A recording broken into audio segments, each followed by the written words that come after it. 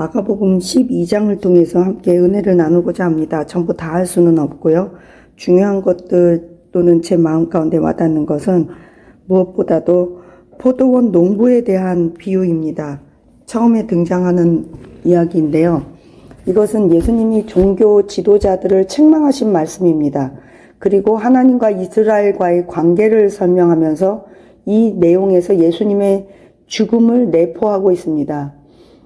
포도원 주인이 포도원을 만들고 농부들에게 맡긴 다음에 먼 나라로 떠납니다. 수확할 때가 되자 주인은 종들을 보내고 포도원의 소출을 받으려고 합니다. 그러나 농부들은 주인의 종들을 때리고 죽이고 모욕합니다.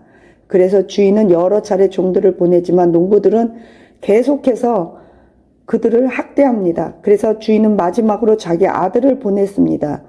내 아들을 보냈으니 이제는 존중하겠지라고 했지만 그것은 포도원 주인의 착각이었습니다. 농부들은 오히려 아들을 죽이고 우리가 포도원을 전부 다 차지하자 이렇게 생각을 합니다. 그래서 주인은 할 수 없이 농부들을 모두 심판하고 그 포도원을 다른 사람들에게 맡긴다는 이야기입니다. 포도원 주인은 하나님이고 포도원은 이스라엘 백성, 지금으로 말하면 우리 성도, 하나님의 백성들입니다. 농부들은 이스라엘의 종교 지도자들, 그 당시 대제사장, 서기관, 바리새인들을 의미합니다. 또 주인의 종들은 그 포도원에 가서 그 수확을 요구했던 주인의 종들은 하나님의 심부름꾼으로서 구약에는 선지자들, 예언자들, 또 하나님의 그 보내신 일꾼들입니다. 주인의 아들은 예수님입니다. 유대 지도자들이 하나님 나라를 잃고 새로운 공동체가 세워진다는 것이죠. 즉 포도원을 뺏긴다는 이야기입니다. 예수님은 그래서 하나님의 아들로서 결국 이 농부들에 의해, 즉 이스라엘 사람들에 의해 배척당하고 죽임당할 것을 예고하시는 것입니다. 오늘날 이것이 우리에게 주시는 메시지는 우리가 하나님의 말씀을 거부하는 것은 결국은 심판을 불러온다는 것입니다. 유대 지도자들도 마찬가지입니다. 그들은 예수님을 배척했고 결국 심판을 받았습니다. 예수님은 하나님의 구원 계획의 중심이 되시는 분으로서 모퉁이 돌이 되신다는 것입니다. 건축자의 모퉁이 돌, 시편 118편에 나오는 이야기입니다. 하나님의 나라는 순종하는 자들에게 주어지는 것인데 유대 종교 지도자들은 하나님께 불순종하여 포도원을 빼앗겼지만 믿음으로 순종하는 사람들은 하나님의 나라가 그들에게 임한다는 이야기입니다. 그러면서 곧바로 이어지는 이야기가 예수님께서 이런 비유를 하십니다. 서기관들을 조심해라. 그들은 긴 옷을 입고 다니면서 사람들 많은 시장에 가서 높임받고 존경받고 인사받고 문안받는 것을 좋아하며 높은 자리에 앉는 것을 좋아하고 사람 많은 잔치에 윗자리를 앉는 것을 좋아하고 회당에 높은 자리에 앉는 것을 좋아한다. 너희들은 그런 자들을 삼가하라. 그러나 그들은 과부의 가산을 삼키며, 가산이 뭐야? 있는 돈 전부를 그냥 다 꿀꺽꿀꺽 삼켜요. 그리고 사람들에게 보이려고 칭찬받으려고 외식으로 길게 기도한대요. 그렇기 때문에 그들의 판결은 더욱 가중하리라 그러세요. 외식으로 길게 기도해갖고 망한 사람들이 있어요. 우리는 많이 기도해야 합니다. 맞습니다. 흔히들 말하는 기도의 양이 차야 합니다. 그러나 외식으로 많이 기도하고 길게 기도하면 오히려 매를 2배나 받습니다. 길게 기도 잘못했다가는 그들의 죄가 더 가중하다는 거예요. 그렇다고 짧게 기도하라는 얘기가 아닙니다. 기도는 우리의 중심에서 하나님 앞에 진심으로 드리라는 이야기입니다. 가난한 과부가 헌금을 넣었는데 2렙돈, 한 고드란트를 헌금함에 넣었다고 이야기합니다. 여기서 2렙돈, 렙돈은 헬라, 그리스 동전을 의미하고 고드란트는 로마의 동전을 의미합니다. 즉 아주 작은 동전을 넣었지만 가난한 과부는 헌금함에 다른 어떤 사람들보다 많은 돈을 넣었다고 예수님께서 칭찬하십니다. 다른 사람들은 풍족한 가운데 넣었지만 이 과부는 가난한 중에 자기의 모든 소유, 자신의 생활비 전부를 하나님께 바쳤다고 말씀하고 계십니다. 저는 목회를 하면서 헌금하면서 흔히 말하는 쉬운 말로 갑질하는 성도님들이 제일 고통스러운 반면 자신의 생활비로 먹고 살 것도 없는데 1,000원, 2,000원, 10,000원, 30,000원 이렇게 헌금하시는 분들을 보면 두렵습니다. 마음이 짠하고 제 자신을 그분들의 신앙 헌신 앞에 비춰봤을 때 엄청난 두려움을 느낍니다. 만약에 이 헌금을 잘못 사용한다면 나는 하나님 앞에서 어떤 벌을 받을까 생각하면 어떨 땐 진짜 식은땀이 납니다. 오늘도 어떤 연세 드신 전도사님이 작은 액수 내지는 큰 액수를 헌금하셨습니다.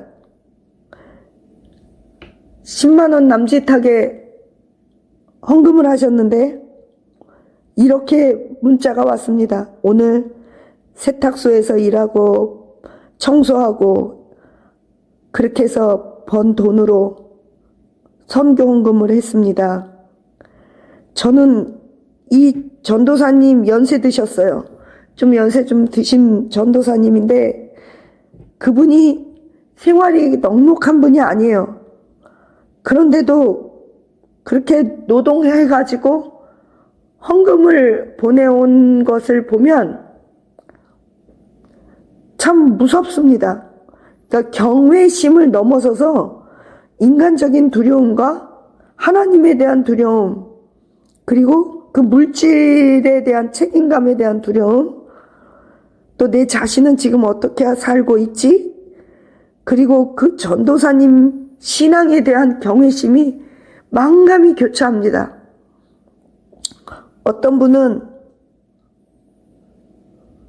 매일 헌금을 드리고 싶은데 돈이 넉넉지 않으니까 1,000원, 2,000원 이렇게 헌금하시는 분이 있습니다. 저는 그런 분들을 볼 때마다 이 과부의 두렵던 생각이 나고 하나님께서 이 물질을 어떻게 평가하고 계실까?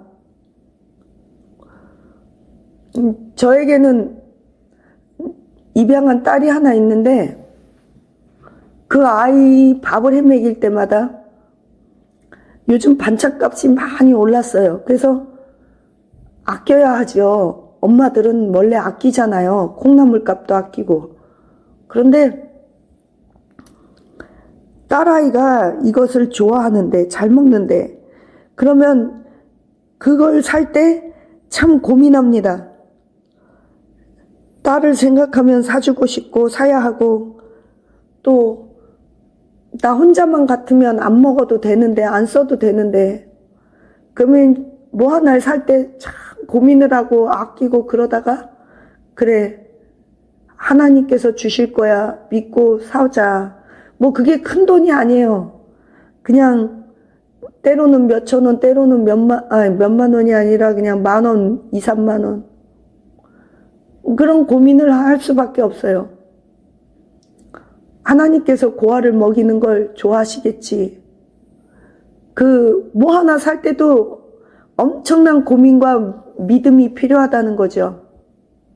하나님에 대한 믿음, 공급해 주실 거란 믿음, 또 내가 이것을 소비할 때 이 소비가 그냥 소비가 아니라 죽게 하듯 하고 예수님께 대접하듯 하는 그 믿음으로 해야 한다는 거죠. 여러분은 어떻게 물질을 사용하고 계십니까? 어떤 마음과 태도로 헌금을 하고 계십니까? 예수님은 이렇게 말해요. 하나님을 사랑하고 힘을 다하여 사랑하는 것과 이웃을 자기 자신처럼 사랑하는 것이 모든 번제물과 기타 제물보다 낫대요. 그렇다고 헌금을 하지 말라는 게 아니라 마음과 진심과 긍휼의 마음이 헌금과 재물에 같이 있어야 된다는 것을 강조하시는 거죠. 서기관들은 하나님의 말씀도 모르고 성경도 모르고 하나님의 능력도 모르고 사람을 사랑할 줄도 몰랐어요. 그저 그들의 관심은 내가 높아지는 거, 내가 높아지는 거, 내가 관심 갖는 거, 내가 인기 있는 거, 높은 자리에 앉는 거 외에는 그들은 관심이 없었다는 거예요.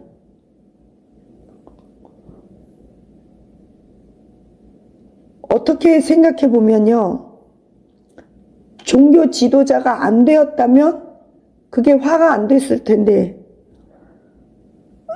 목사는 잘하면 한없는 영광이고 잘못하면 오히려 그것이 가룟 유다처럼 가룟 유다가 예수님의 제자로 부름을 차라리 안 받았더라면, 바리새인이나 서기관들이 대제사장이 차라리 그게 안 됐더라면 오히려 그들의 벌이 가중하지 않았을 텐데, 마찬가지로 목사도 큰 교회 다님이 아니라면, 오히려 또 목사가 아니라면, 권사가 아니라면, 장로가 아니라면 어쩌면 그 벌이 가중하지 않았을 텐데, 그런 신앙생활을 하지 않고 오히려 우리에게 주신 직분이 정말 상급이 될 수 있도록 굉장히 심각하게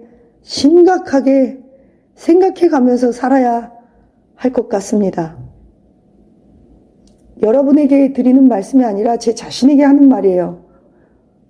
언제 우리가 얼마큼 살지, 언제 죽을지 아무도 모르는데, 여러분은 천국에 갈 준비가 되셨는지 모르겠어요. 저는 아직 안 됐거든요. 조금 더 준비를 해야 될 게 많을 것 같아요. 그래서 이 세상 오래 산다고 좋겠어요. 하지만 조금 더 시간이 필요한 것 같아요. 왜냐면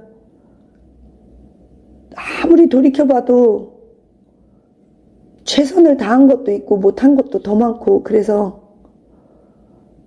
상급을 준비할 시간이 좀 필요할 것 같아요. 그리고 이 세상을 정리할 시간이 필요한 것 같아요. 무슨 한참 일할 나이에 벌써 정리냐 그럴 수 있지만, 하루하루를 마지막 날인 듯 정돈해가면서 살아야 해요. 그래서 일기도 써야 하고. 여러분, 깊은 생각을 해가면서 사는 저와 여러분이 되시기를 예수님의 이름으로 축복합니다. 감사합니다.